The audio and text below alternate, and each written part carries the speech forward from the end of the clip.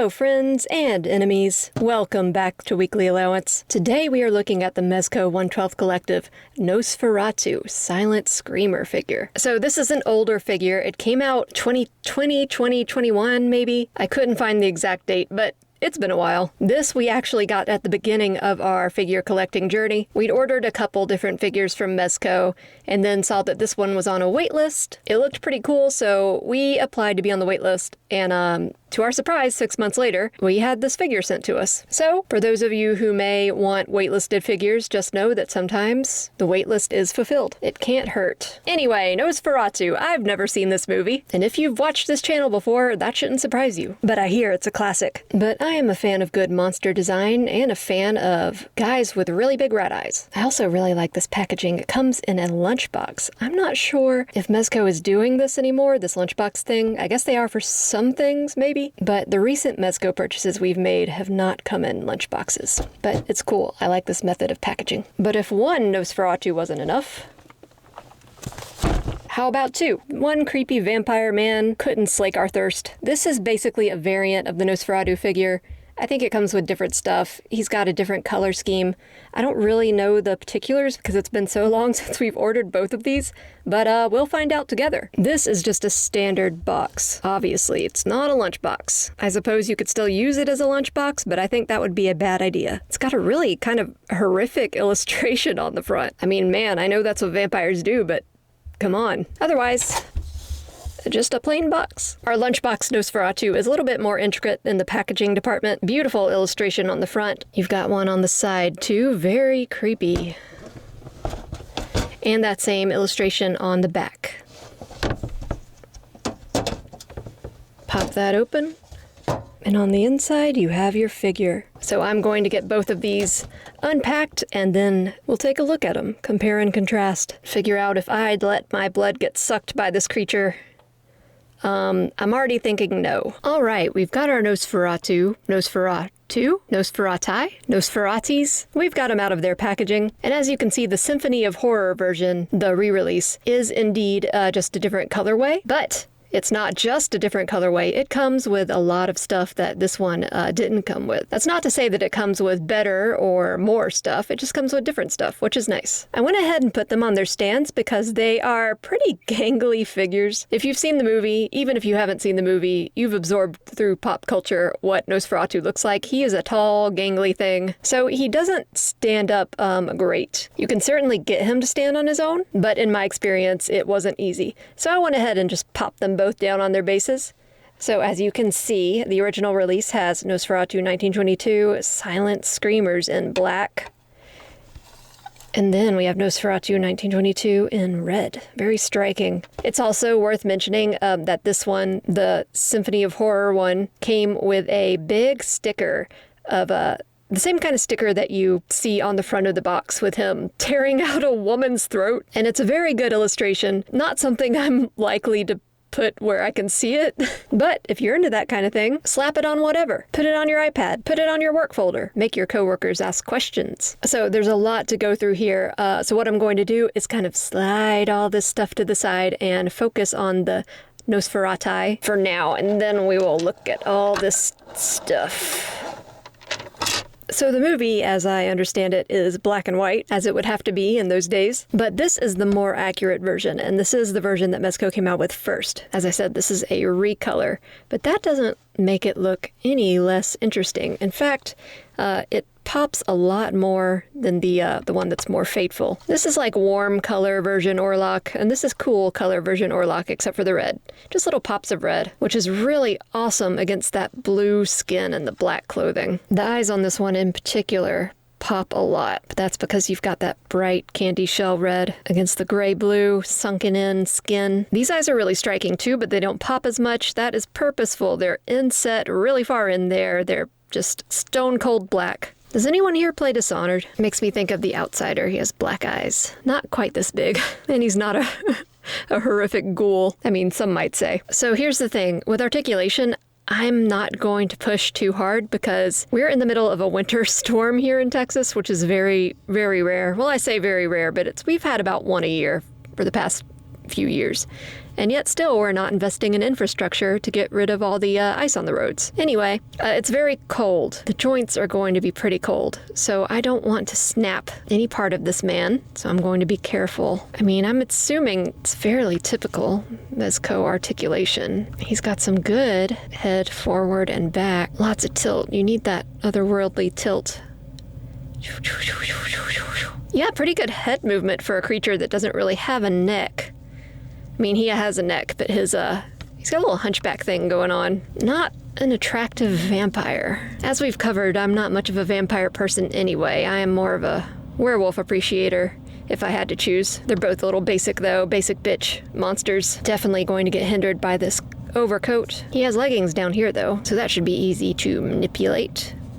Let's see. Yep, single elbow, don't stress it. Another thing is that if you stress these too hard while they're wearing these cloth goods, the cloth goods can fray.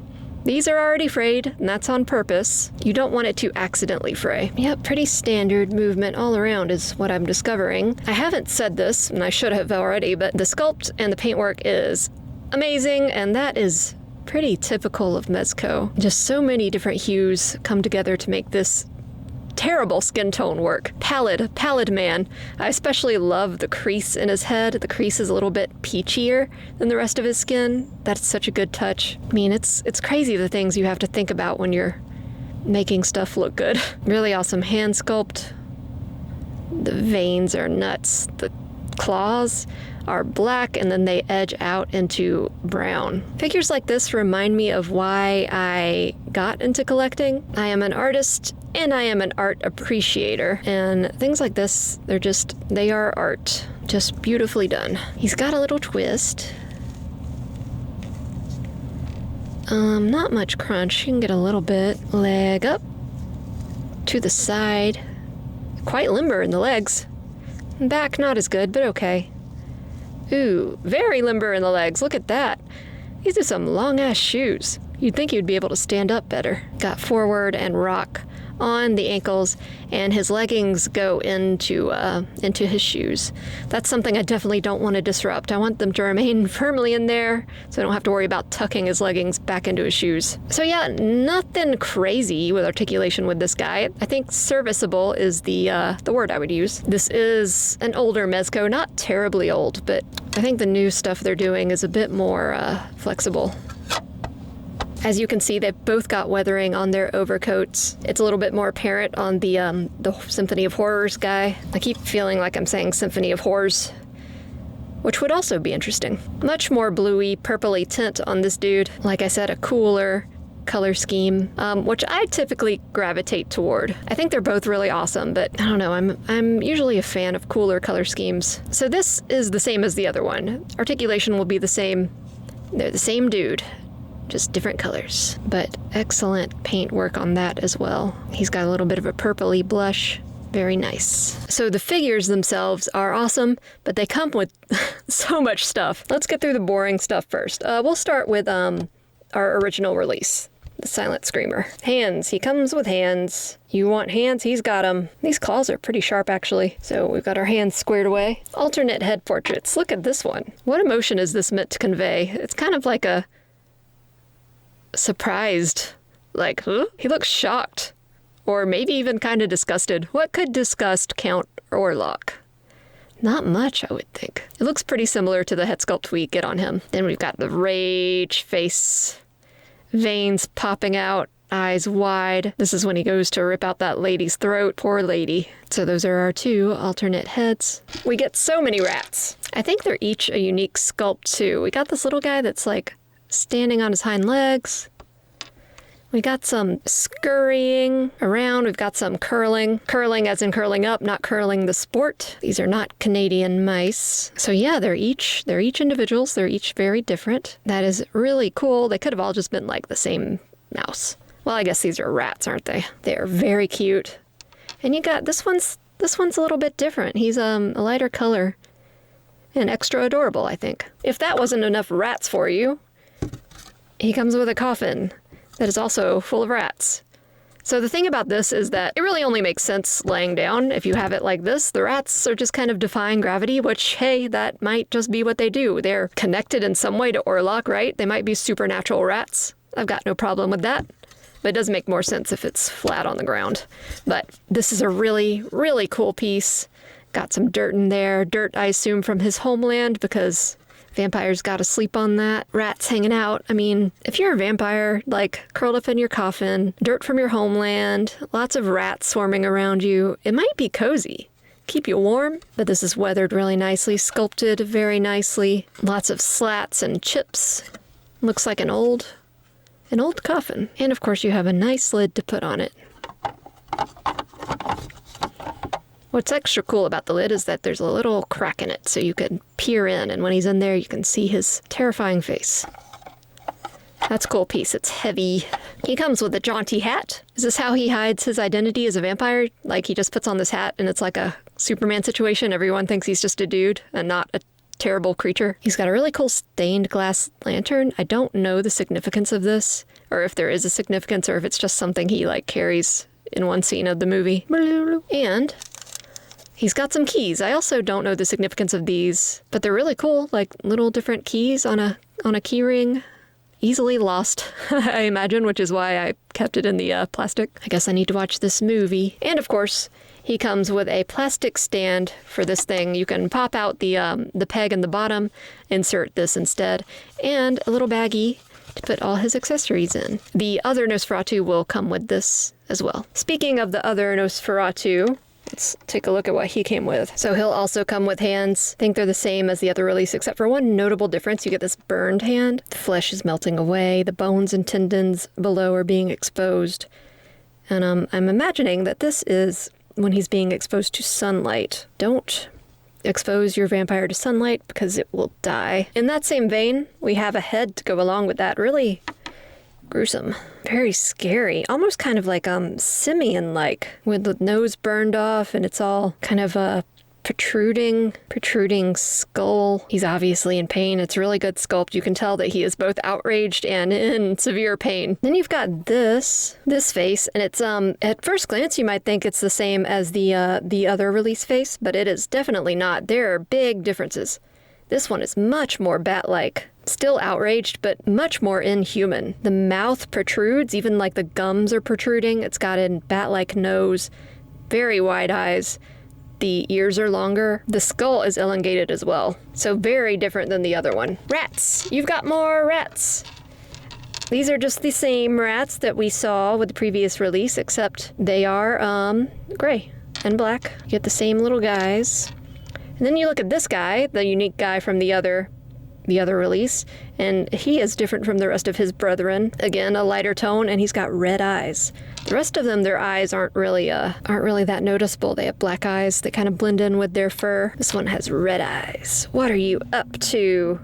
What are you up to, rat? You got rats, you also got bats. And these are really good sculpts for how tiny they are. The paintwork is really good too. I don't know if that's showing up. Very minimal paintwork, but very nice. Got a little white underbelly, some pinky on the wing tendons, tiny little bat face. It looks like these are different sculpts too. Yeah, they're all individual. They're all flying in a different formation. So I love this inclusion. Bats are so cute. I don't want to be around them IRL because they harbor all sorts of diseases and I'm afraid of rabies. I believe that they should be protected and loved, but I don't want to encounter a wild one, at least not without a rabies vaccine. They're so cute though. So you also get this, and I think this is for the bats. So they can fly, you plug these into a stand and then plug them into the bats. Also get this, I think this is part of the bat setup. You get this kind of translucent smoke effect, which I'm not really a fan of things like this. I think they wanted to include like another set piece like the coffin with this release, but I'm not really a fan of these thin translucent like diorama pieces. We've had a few Mezcos come with these and I just, I don't know, I don't like them. Looks like there's like cutouts in here. Are those for the bats? Let me see. Oh, yeah, they are. Okay, that makes me like this more. Yes. Yes. All right, you've convinced me. I like this one. Only because it holds bats. That looks awesome. All right, come on out of here. He gets a lantern as well in a different color scheme, keeping with the cool tones of this release, black and blue. He also gets a hat, but his is even jauntier. It's got a feather in it. It's got more of a top. Why does this one get such a jaunty hat? The other one, I mean, that hat's pretty jaunty. But, I mean, this one is like, it blows the jauntiness out of the water. It's like a Robin Hood hat. So he also comes with this. I think it is a cloak. Let's find out together. Ew, it's crunchy on the end from the weathering they did. Oh, it's so crunchy. All right, yeah, it's a cloak. It's interesting. There's a collar, and then there's like an over collar over that, wired. And as I mentioned, distressed on the end. Not tattered like his clothing, but it's kind of muddied up. Last but not least, 2 doggies. I don't know the significance of these. Were there wolves in the film? But these are just static pieces. They don't move. It looks kind of like they have articulation at the waist on both of them, but that is false. The tails look like they have articulation too, but that is also false. It's all a lie. They don't move. It would be cool if they do, but I mean, we got a lot of stuff in this release already, so I understand. The proportions are very odd on these wolves. I'd have to see the movie. Like, are there wolves in the movie that are like poorly taxidermied wolves, and these are just based on those? I don't know. I mean, they do look monstrous. If the goal was monster wolves, these are monster wolves. They are not normal wolves. They're real messed up. They've got glowing eyes, ragged fur. Their paws are more like hands. These are not normal doggies. You see these on a nature hike, you run, maybe clamber up a tree if you can. I don't know if running will do much good. Wolves are pretty fast, especially if they're vampire wolves. So there you have the Mezco 1/12 Collective Nosferatu Silent Screamers version and Symphony of Horror version. It's hard to say which one I like more. I like them both, I think, equally the same, but for different reasons. I love that they come with different accessories. I think that really switches things up and makes them very unique. It makes it so you kind of want to have both. This is like a very classic Nosferatu, and this one, like, I don't know how canonical it is, but it looks great. He looks awesome with this cloak. This one could wear a cloak too. You can mix and match, dress him up. As always, likes and subscribes are very much appreciated. Comments are more than welcome, and I will see you guys on the next one.